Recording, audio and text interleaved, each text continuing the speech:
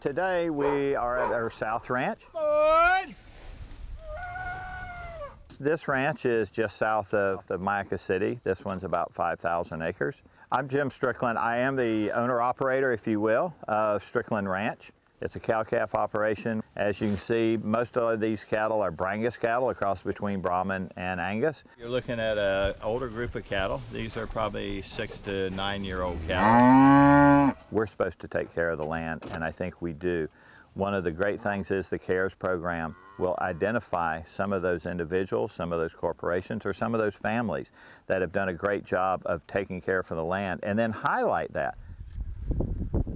Almost every place that we have, we rotate cattle. One, it's a lot easier to find them rather than have them strung out over 4,000 or 5,000 acres. Two, it's really good for the grass. So once they've grazed a location, we'll move them to another location. Under this environmental stewardship, we actually have a couple that I'll think of. And one is we have pulled soil samples on every single pasture. Each pasture varies with what nutrients are required to produce a really great grass. We also do a follow-up and we pull forage samples. We want to know how much protein, how much total digestible nutrients are in here, how palatable it is. It also tells us how to supplement these cattle.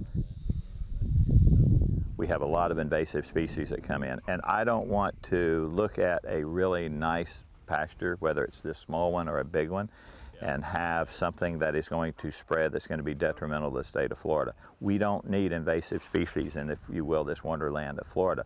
We do hand and manual spraying throughout these pastures for Cogan's grass, primarily Cogan's grass and tropical soda apple. We're trying to restore the hydrology of natural Florida. So we are putting in pipes and risers to where rather when the rainfall falls, instead of it running straight off as fast as it can go, we're actually going to start holding up this water. One, it'll give the ability for any excess nutrients to settle down to the bottom. And two, it will provide a lot of water space for a lot of water species. So what we're trying to do on the ranch is to restore that water quality.